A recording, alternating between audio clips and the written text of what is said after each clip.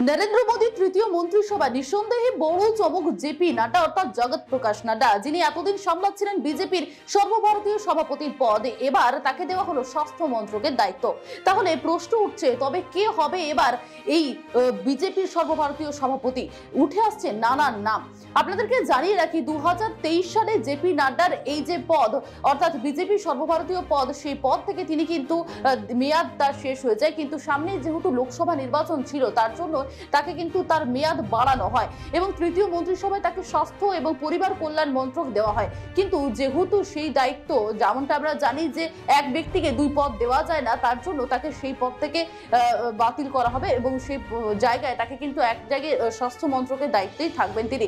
এবার চর্চায় উঠে আসছে নানা নাম, তবে কে হবেন পরবর্তী বিজেপির সর্বভারতীয় সভাপতি?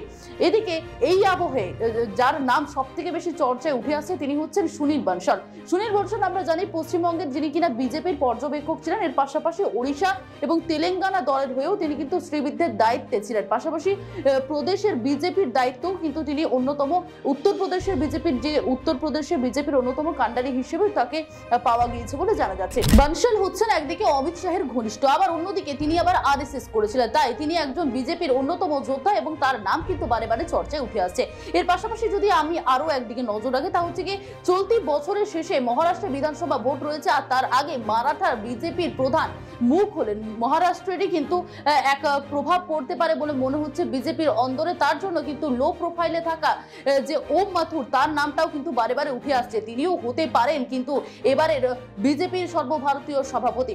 এবং আপনাদেরকে জানিয়ে রাখি এমনকি 2023 সালে ছত্তিশগড়ে যখন কংগ্রেসের ক্ষমতায় আসে একটি দল, তখন কিন্তু যেমনটা আমরা জানতে পেরেছিলাম সেই সময় মথুরের স্ট্র্যাটেজি তখন সেখানে বিজেপি সরকার প্রতিষ্ঠার অন্যতম ভূমিকা পালন করেছিল বলে বিজেপির তরফ থেকে মনে করা হচ্ছে। সেখানে এই মথুরের সঙ্গে আরএসএস এর সম্পর্ক বেশ মজবুত, তার জন্যই কিন্তু মনে করছেন কোন কোন বিজেপি নেতা যে মথুরও হতে পারেন এবারে সর্বভারতীয় সভাপতি। এদিকে স্পিকার হিসেবে দায়িত্ব পালন করছিলেন ওম বিড়লা এবং বিজেপির সভাপতি হওয়ার দৌড়ে কিন্তু তিনিও ঢুকে পড়েছেন, কারণ দীর্ঘদিন 5 বছর ধরে তিনি ছিলেন স্পিকার এবং যেমনটা জানা যাচ্ছে রাজস্থানের কোটাতে 2024 সালে তিনি আবার সাংসদ হওয়ার পরে ওম বিড়লা নরেন্দ্র মোদীর সঙ্গে কিন্তু এবং অমিত শাহের সঙ্গে তার সম্পর্ক যথেষ্ট মজবুত হয়, ফলে ওম বিড়লার নামও কিন্তু উঠে আসছে যে বিজেপির সর্বভারতীয় সভাপতি হওয়ার দৌড়ে।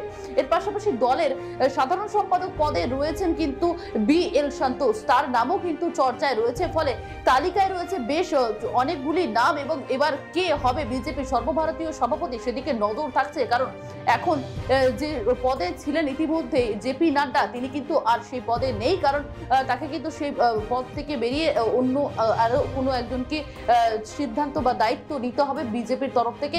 এবার দেখার বিষয় কে হচ্ছেন বিজেপির সর্বভারতীয় সভাপতি।